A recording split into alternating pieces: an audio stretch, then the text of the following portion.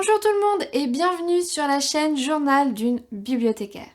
Dans cette vidéo, j'avais envie de vous conseiller 3 dystopies qui pourront plaire à la fois à un public adolescent et à un public adulte, mais aussi à un public qui lit déjà de la dystopie et celui qui aimerait découvrir. Nous ouvrons le bal avec la tétralogie de Neal Shusterman, Les Fragmentés. Il est sorti en 2008, mais il aborde un sujet encore d'actualité, l'IVG.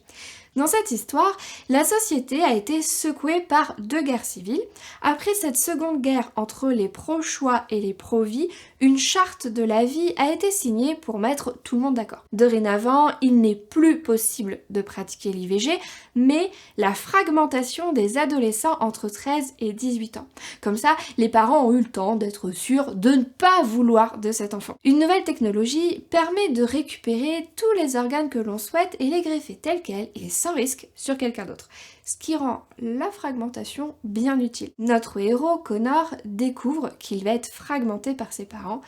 Il s'enfuit avec d'autres adolescents pour essayer de survivre. À travers cette histoire, l'auteur questionne le choix fait par l'ensemble de la société, car les choses ne sont pas si simples et ont des conséquences.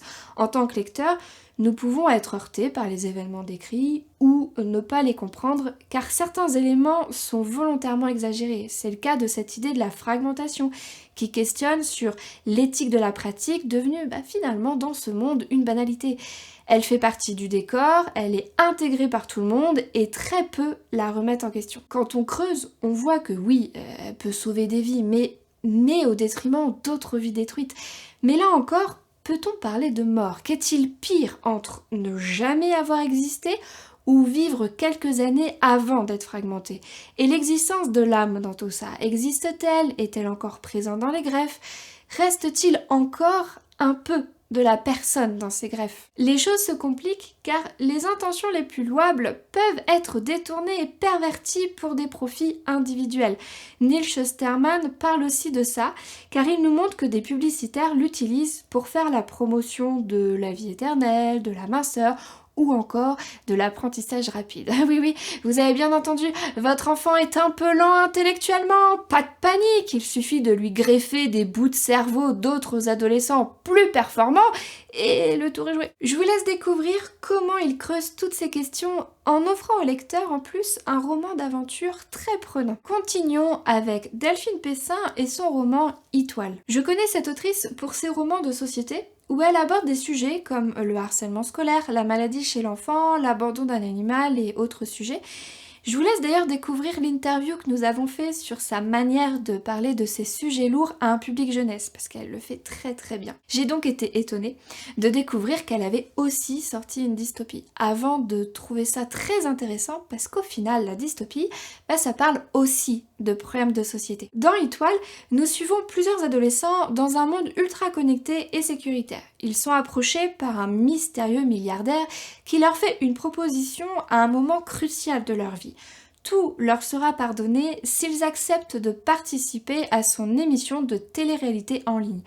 Le gagnant recevra même une très belle somme d'argent. La seule contrainte, offrir au monde de la toile leur intimité pendant toute la durée de l'émission et se soumettre au bon vouloir des toileurs. Bien sûr, ils acceptent tous. Il y a beaucoup de choses très intéressantes dans ce roman. Le fil conducteur de tout ça, c'est la manipulation de ces jeunes par l'exploitation de leurs faiblesses.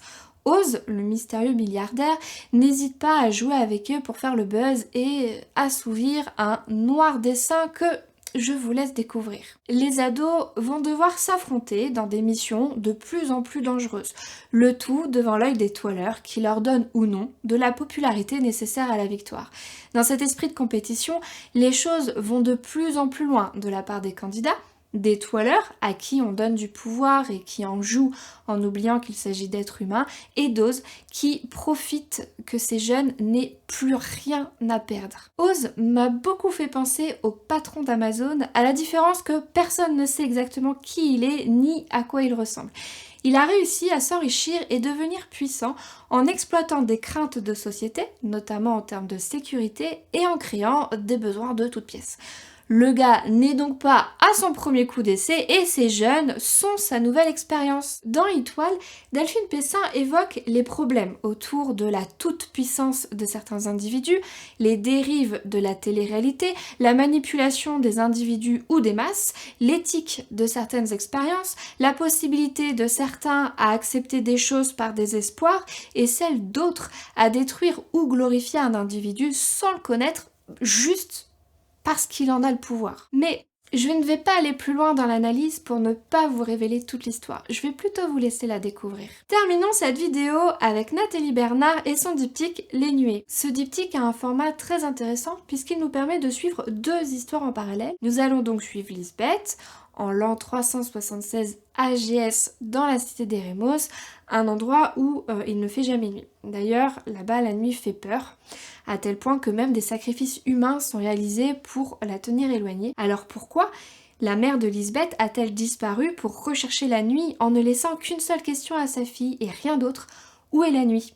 La vie de Lisbeth va chavirer, donc elle n'a plus le choix. Elle doit partir et affronter les nuées. C'est un brouillard composé des âmes errantes des ancêtres qui semblent tuer tous ceux qui cherchent à le traverser, ou plutôt une belle manière de maintenir tout le monde à Eremos. En parallèle, nous sommes avec Lucie en 2025 pour sa première mission à bord de l'ISS.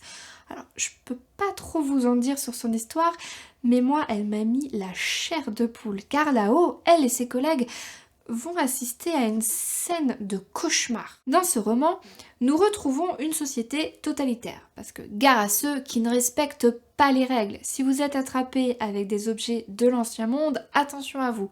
Bien sûr, Lisbeth adore les collectionner et elle va avoir des problèmes. Parce que la société dans laquelle évolue Lisbeth a mis en place des règles très strictes pour que sa population puisse survivre dans ce monde où il ne fait jamais nuit. Moi, ce qui m'a beaucoup intéressée dans ce roman, c'est qu'on voit les conséquences des règles qui sont imposées à la population, mais on voit aussi, et c'est là son originalité, pourquoi on a instauré ces règles et quels étaient leurs objectifs au début. À ça, ajouter les nuées, ce brouillard auquel on prête des croyances de mort qui effraie, mais tout autant qu'il attire. Alors pourquoi?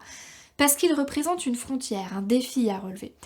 Irons-nous jusqu'à dire qu'il est une métaphore des barrières qu'on peut dresser autour de nous et qu'on s'empêche de traverser par crainte de ce qu'il y a de l'autre côté? Ou plutôt des barrières qu'on nous impose pour que justement on n'aille pas de l'autre côté, et c'est ce que va expérimenter Lisbeth dans ce premier tome. Le second tome, lui, continue l'histoire de Lisbeth mais pas celle de Lucie. Nous découvrons une autre facette de ce monde, celui plongé dans le noir, mais je vous laisse découvrir tout ça. Nous arrivons à la fin de cette vidéo, j'espère avoir titillé votre curiosité et vous avoir donné envie de découvrir ces trois titres, soit pour découvrir la dystopie, soit pour lire d'autres références moins connues. Je vous dis à bientôt pour une prochaine vidéo, bonne lecture, salut!